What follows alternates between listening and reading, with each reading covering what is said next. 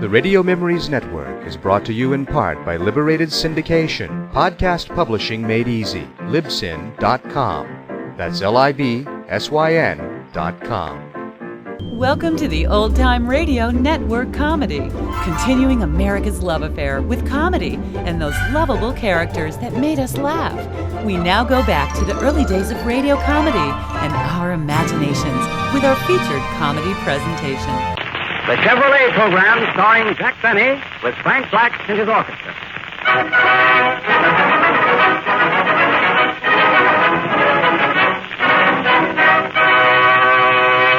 Frank Black opens the program with Roll Up the Carpet.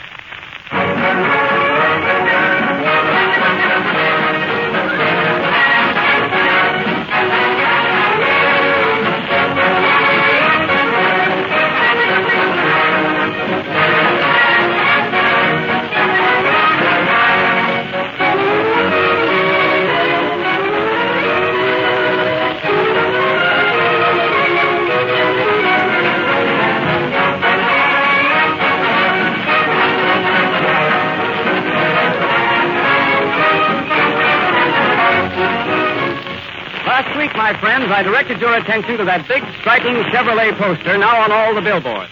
Every minute, someone buys a Chevrolet. Ladies and gentlemen, that statement is incorrect. Tonight, I take pleasure in informing you that since the Chevrolet poster was prepared, Chevrolet sales have shown such an increase that instead of every minute someone buys a Chevrolet, it should be every 40 seconds someone buys a Chevrolet.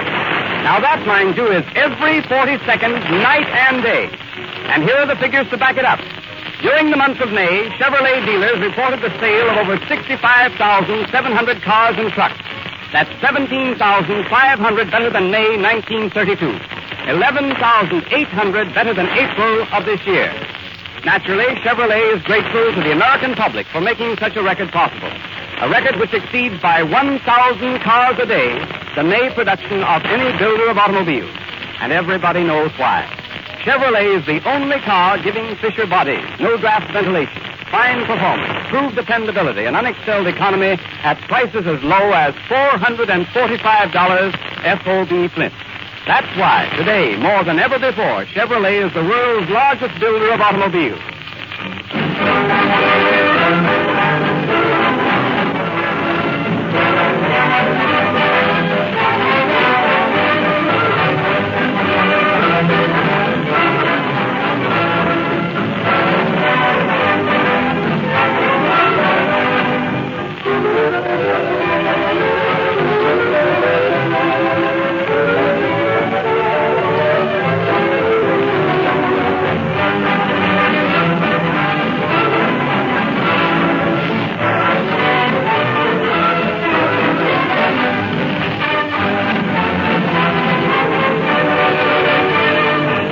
And now, Jack Benny. Hello again. This is Jack Benny, the Earth Galloper, coming to you with all the late news events, and tonight we have a big surprise for you. We are going to give you a full description of the Smelling Bear fight which was not broadcast last night. We have here our own film of this famous fight held at the Yankee Stadium, where the New York Yankees play baseball while at home. Run the film, Hank. The preliminaries are over, and Smelling and Bear are now in the center of the ring taking their instructions. What a crowd, folks. 60,000 people and only 30 vacant seats. Primo Carnera walks in and the 30 seats are filled. Carnera sits down and 2,000 people behind him get up and go home.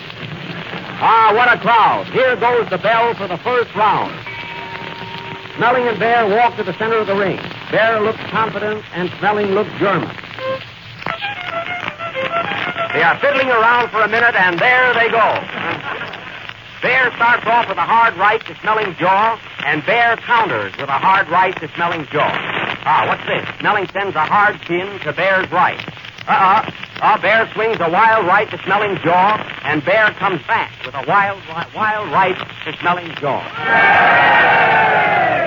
Smelling's jaw seemed surprised as it didn't even know that Bear was in town. They are both mixing in the center of the ring as the round ends. Smelling's round and Howard's reigning. The Chevrolet motor car is the finest. Round two. Both men step to the center of the ring and exchange blows. What a crowd at the Yankee Stadium. Starkey is here sitting right over second base. Gene Tunney is also here sitting over first base. Bear sends a long left to Smelling, sending Sharkey to third and Sonny to second. None out, and Bear still at bat. What a game! In the outfield, we see Lefty Grove warming up for Germany, and Smelling still catching. As the bell rings, Ruth and Gehrig are seen walking through the dugout. And Howard Claney. The Chevrolet motor car is the most economical car in Round 3. At the start of this round, Bear makes a mad rush at Smelling, but Smelling tosses a right to his nose, and Bear starts singing California, Here I Come. He sees Jimmy Melton become self-conscious and lands a right to Smelling's temple. What a blow! Watch out, Bear. 4 feet lower would have been a foul. Bear takes command again. He's much bigger than Moxie. What a mountain Bear is. Bear Mountain. Get it, folks? That was good. Smelling leads a right. What's that? What's that? Another fight breaks out at the ringside. Another fight. Who is it? They tell me it's between a taxi driver and a tailor. Well, folks, now we have a doubleheader at the good old Yankee Stadium. The tailor lands a right to the taxi driver's jaw. Smelling blocks it and crosses a left to Bear's chin. Bear sends a wicked right to the tailor, and the tailor sends a wicked note to his lawyer for a triple play. Lawyer to Smelling to Bear. What's this? Bear sends a dozen assorted rights to Smelling's jaw while we weren't looking. He sends another right to his head, a right to the heart, and a right to the liver. As there are no more places for Bear's right, he rings the bell, ending the third round. Now, the next 6 rounds were nip and tuck. Bear nipped and Smelling tucked. And as there was nothing outstanding in these 6 rounds, I'll tell you a story. Once upon a time, there were 3 little bears. Mama Bear, Papa Bear, and Maxie Bear. They all lived in the woods. So one day, Poppy Bear said to Maxie Bear, Round 10. Bear opens this round with a right to Smelling's ear and a left to the jaw. Smelling counters with a nasty look. Bear resents this and starts fouling. The referee warns Bear, Bear warns Smelling, Smelling warns Sharkey, and Sharkey leaves the stadium. Bear is now mad and sends another right to Smelling's jaw and a left to the head. They are now mixing it. Right, left, right, left, right, left. Company, halt. What a parade. Bear looks at his watch, remembers he has a date, and there he goes, forcing Smelling to the rope. What a chance for a cigar program. He sends 2 rights and a left to Smelling's head, and Smelling goes down for the count of 9. 1, 2, 3, 4. Oh, small and handsome, why don't you get up some? 6, 7, 8. Are you hurt, Smelling? 9. He gets up at the count of 9. But it's too weak to carry on, and the referee steps in and announces Max Bear the winner, which is a surprise to everyone. Now Frank Black, who bet on Smelling, will try and play Somebody Stole Gabriel's Horn. Play, Frank.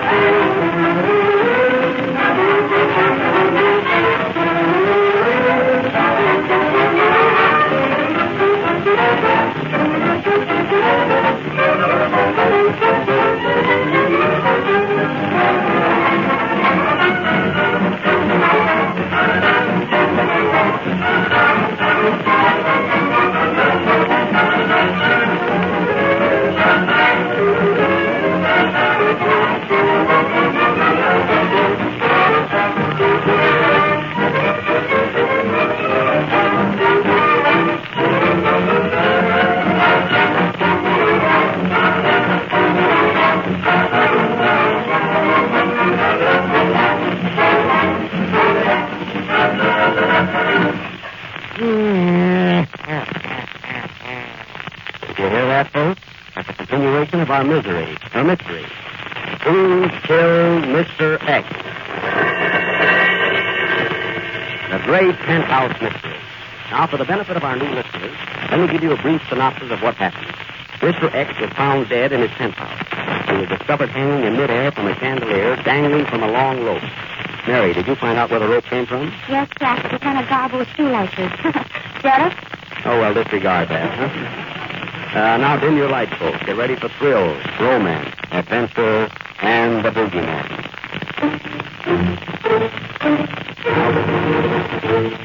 Not yet, Frank. Besides, we're not feeling anything. This is a mystery. Hey, Mr. Benny, when do we have to fix things? One mystery at a time, please. Remember, folks, last week we put the case in the hands of Sherlock Holmes, but nothing happened. And if we pay Sherlock in advance, we will have to give him another chance. And those of you who have given Chevrolet a chance will admit there is no mystery attached to it. That was Hawkshaw Cleaning, folks, who was always on the trail of a plum. You'll have to pardon me while I put on my makeup now. I'm Sherlock Holmes, you know. Now, while we are preparing for this scene, James Melton is saying, Our Sweet Mystery of Life. This has nothing to do with our mystery, folks.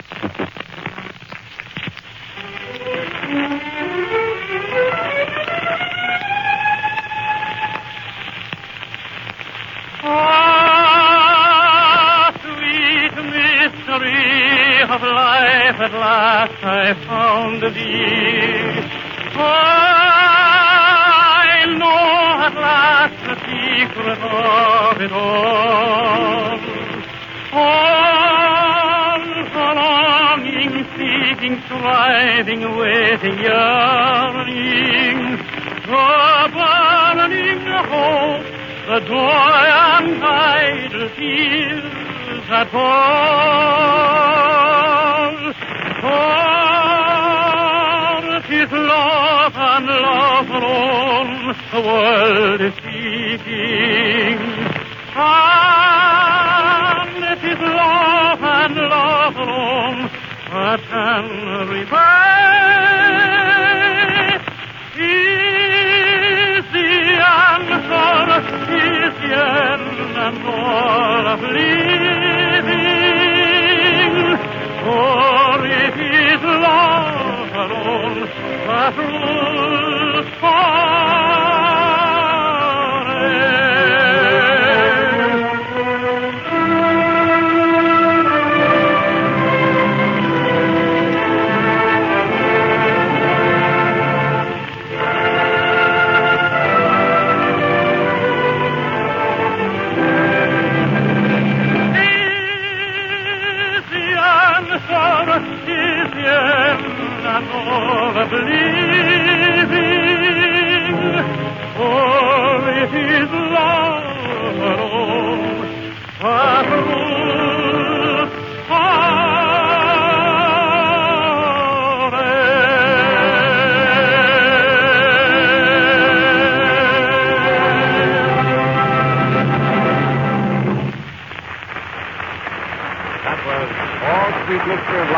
by James Melton.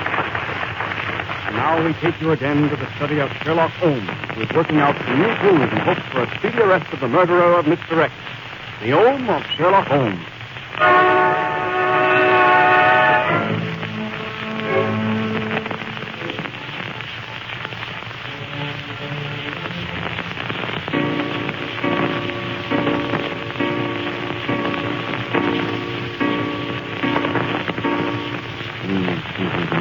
Ninth of June, and the murder is still unsolved. That seems to be the trouble, Sherlock. I never saw you act like this before. Very mysterious case. Very mysterious, Watson. Very mysterious. Watson, I must think. Bring me my piano. The finance company took it away this morning. Then give me my violin. It's no use. It's no use, Watson. I will never learn shuffle off the buffalo. Then why don't you try Rochester or Albany? Albany, fine. How does it go? Albany. Why not take Albany? Watson, an idea just struck me. You couldn't loan me $10, could you?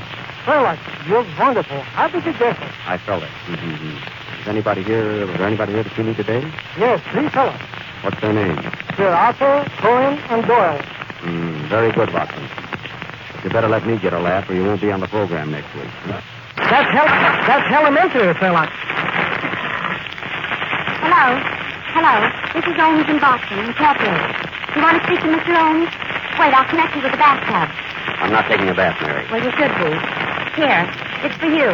Who is it? Mr. X, he wants to know how you're doing with his case. Give me that phone. Mr. X? Yes, we'll find the man who murdered you. Just keep your shirt on. Yes, you'll get a report. What's the address? All right. Goodbye. Put down the address, Mary. Box 32, Evergreen Cemetery. See, he lives right next door to my great-grandfather. Mary, see who it is. Be on your toes, Boston. Who do you wish to see, sir? Mr. Holmes, I've got some news for you. Let him in. Well, young man, what can I do for you? I have a clue to the murder of Mr. X. You have a clue, eh? Who are you? I'm a stool pigeon. Oh, a stool pigeon, eh? Sit down. Mary, get him a stool. Here you are. Mr. Pigeon. Mary, lock the door. Close the window and pull down the blind. Now tell me, who do you think killed Mr. X? Well, give me $5 and that's all I know. For $5, eh? Mary, have you... Certainly not. Boston. No. How much do you want to sell all? $5. Here's 50 cents. Just give me a rough idea. Well, you're a new customer. I'll take it. Now, what's your clue to the murder of Mr. X? Well, I saw a fellow flying over the penthouse less than a week ago. He looked very suspicious. He was flying over 200 miles an hour, and he didn't stop until he got to Oslo, Norway. Oslo, Norway. Yes, and when he turned around and saw me looking, he left quickly for Moscow. Yes. Go on. And as soon as I got to Moscow, he left for Siberia. How did you keep up with him? Don't tell anybody. A Chevrolet. Mary, a Chevrolet. It was a Chevrolet, folks, the most dependable car in the low-price field. And now, Mr. Pigeon, your face looks very familiar. What did you do before you became a stool pigeon? You... I thought so. Now, tell me one more thing. Did you get the name of this aviator? Yes. His name is Jimmy Mattern. Oh, Mattern, eh? Boston, put down that salami. Get me my aeroplane. There's no time to lose. We'll follow him to the ends of the world. But wait, fella, how did you figure he could have killed Mr. X by flying over the penthouse? Well, I'll tell you, Boston. All those aviators carry sandwiches. Now, he may have had a three-decker sandwich and dropped it. And that would kill anybody. Fella, you're there. Boston, you're smelling. Get the aeroplane.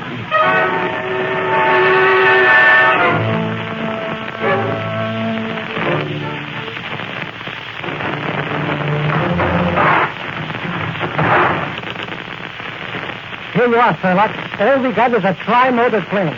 What's a tri-motor plane, Jack? Plane with 4 motors. Boston, spin the propeller.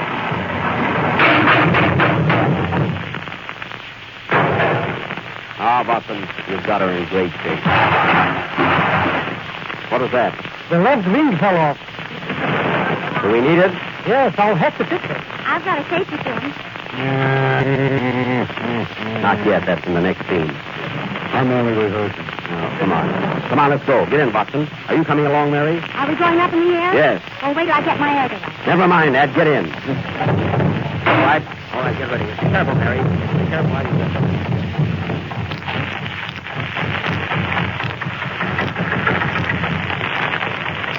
Happy landing! I doubt it!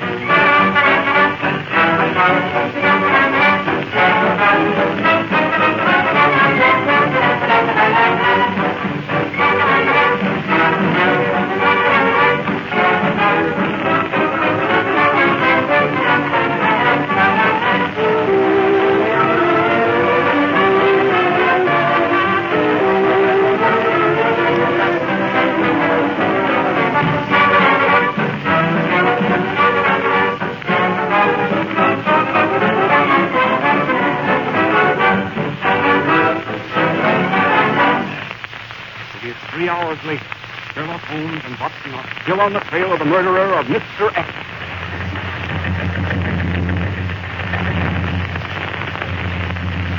How fast are we going, Watson? 600 miles an hour. 600 miles, and I'm only in second. You're certainly going fast. What country is this we're passing? England. What country? You're too late. France. Look, Sherlock. Somebody left a tack laying on the ground. Pack nothing. It's the Eiffel Tower. Sherlock, you're telephone. Hallelujah, you're a bum. Watson, I'm afraid we're running out of gas. Don't worry. I just put a quarter in the meter. Good work. Look, we're crossing the Russian border. So quick. Remember, this is a half-hour program. Look up. Look, there's another airplane. You're right, Sherlock. Maybe that's the man we want. Get closer.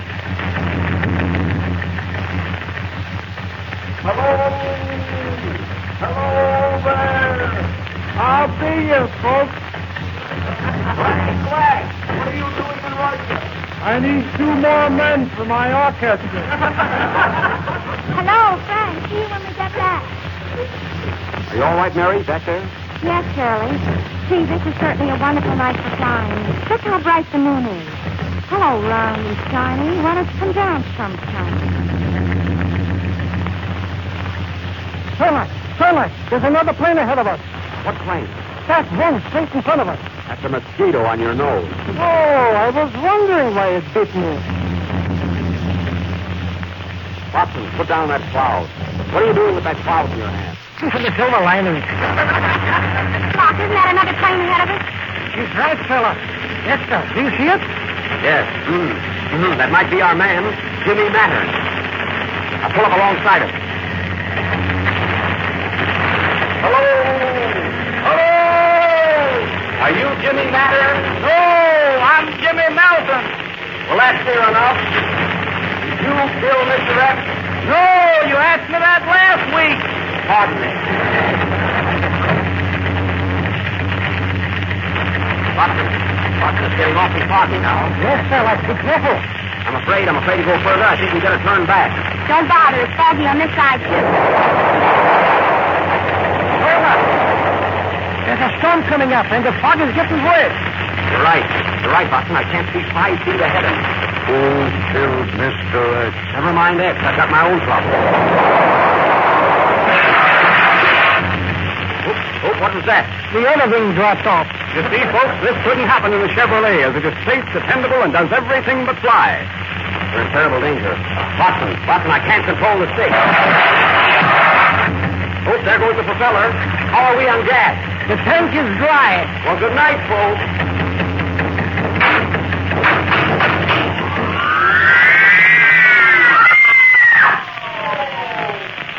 Next week, ladies and gentlemen, we will continue our mystery.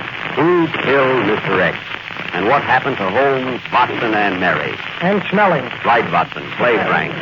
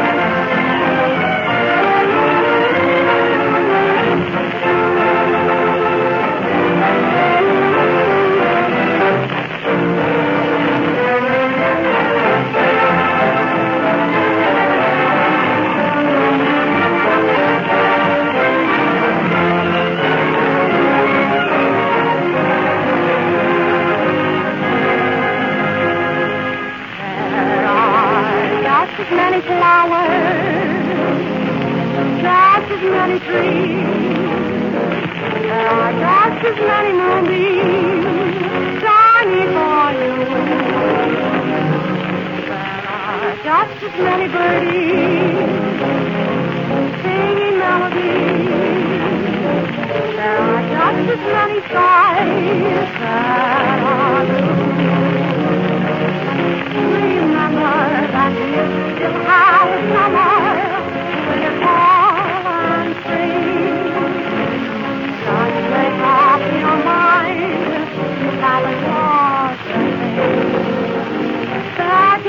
money, sweetheart. Love will always try. Keep right on repeating. It's great to be alive.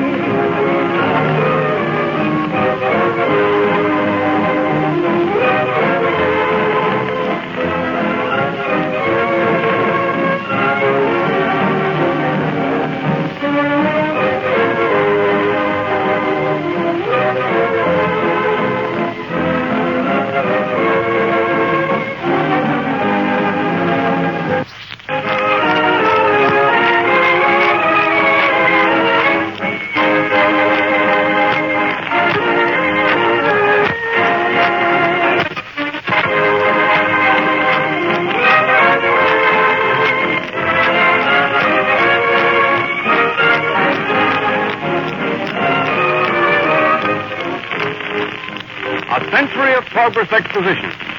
Ladies and gentlemen, it's off to a grand and glorious start. Everybody's excited about it, talking about it, planning and figuring how and when to go. And nearly every person who's been to Chicago comes back with the same enthusiastic story. Chevrolet has stolen the whole show. That perfectly amazing World's Fair factory of Chevrolets, in which cars are built right before your eyes, is a fascinating sight. It's the highest of all the high spots in 3 miles and a half of thrills. Now, here's a tip, my friends, on how to get to the World's Fair, the easiest way, the coolest way, and by far the cheapest way. Drive in a Chevrolet, America's most economical car. You can travel all day long, and based on average gasoline costs throughout the country, 4 people in a Chevrolet can cover over 200 miles for less than 40 cents apiece. Yes, you'll not only have a cooler, more restful, more enjoyable trip in a Chevrolet, but you'll have more money left to spend at the fair when you get there. On to Chicago, America. On to the World's Fair, the most economical way. In that big, thrifty, dependable 6, Chevrolet.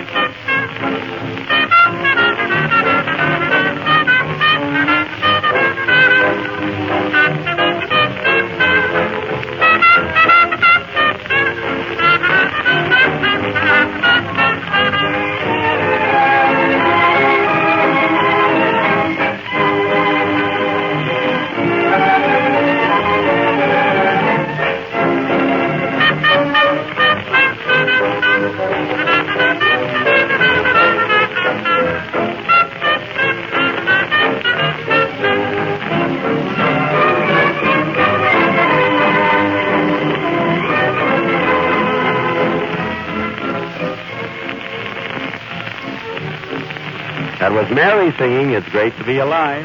And don't forget to listen in next Friday, ladies and gentlemen, and follow our thrilling mystery, Who Killed Mr. X? Come on, Mary, I'll take you home now. I'm sorry, Jack. I have a date tonight. With whom?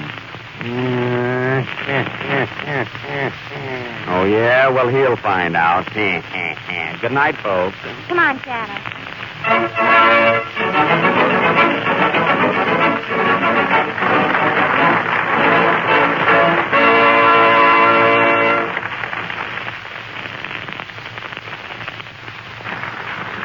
In the Park is from The Gold Diggers of 1933, and It's Great to Be Alive is from Strike Me Pink. This is the National Broadcasting Company. WEAS, New York.